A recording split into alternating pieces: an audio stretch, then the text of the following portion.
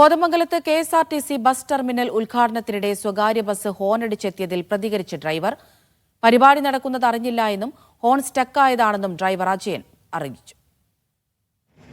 കഴിഞ്ഞ ദിവസമാണ് Kothamangalam KSRTC bus സ്റ്റാൻഡിൽ പുതിയതായി പണി കഴിപ്പിച്ച ടെർമിനലിന്റെ ഉദ്ഘാടന ചടങ്ങ് നടക്കുന്നതിനിടയിൽ അമിത വേഗത്തിൽ സ്വകാര്യ ബസ് ഹോണടിച്ചെത്തുന്നത്. ഉദ്ഘാടകനായ ഗതാഗത വകുപ്പ് മന്ത്രി KB ഗണേഷ് കുമാർ ബസിന്റെ പെർമിറ്റ് റദ്ദാക്കാനും നടപടി സ്വീകരിക്കാനും നിർദ്ദേശം നൽകുകയായിരുന്നു. എന്നാൽ പരിപാടി നടക്കുന്നത് അറിഞ്ഞില്ലെന്നും ഹോൺ സ്റ്റക്കായതാണെന്നും ബസ് ഡ്രൈവറായ അജയൻ പ്രതികരിച്ചു. KSRTC കയറാൻ നേരത്ത് വന്നു.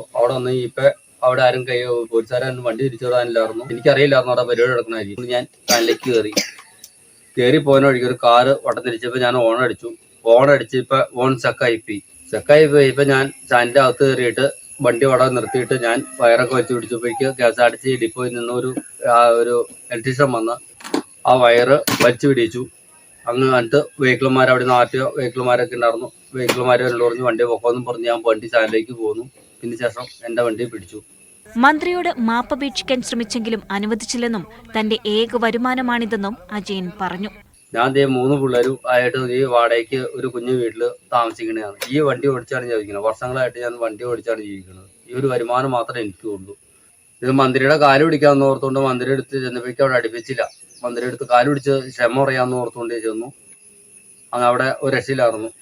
മീഡിയ 1 കൊച്ചി.